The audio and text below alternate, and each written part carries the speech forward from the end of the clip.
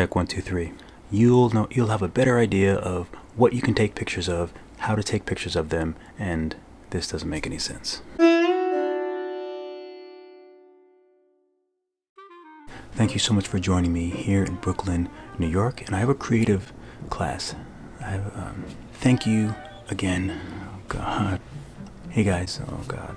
And I can change the colors and things like that.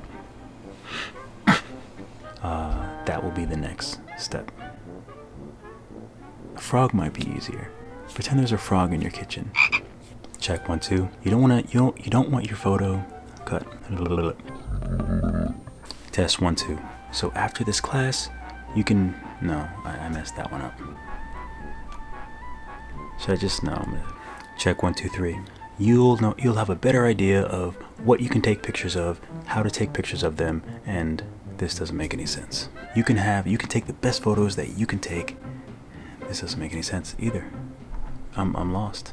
I don't play games with the. No, I shouldn't say I don't play games. That way, after this class, you'll have a better understanding. That way, after this class, you'll have a much better understanding of what. You'll have a much better understanding of the type of photos to take. You'll have a much better understanding of how to take. You'll have a much better understanding of how to take photos. You'll have a much better understanding of how to take the best photos to use with your art.